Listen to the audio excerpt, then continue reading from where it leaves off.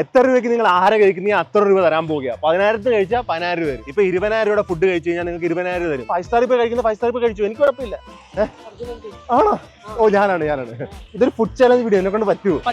ഇങ്ങനെ കണ്ടിട്ട് തോന്നുന്നില്ല. എന്ത് ഞാൻ പറയാൻ താല്പര്യപ്പെടുന്നു.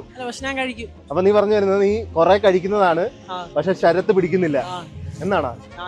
ഉറപ്പാണ്?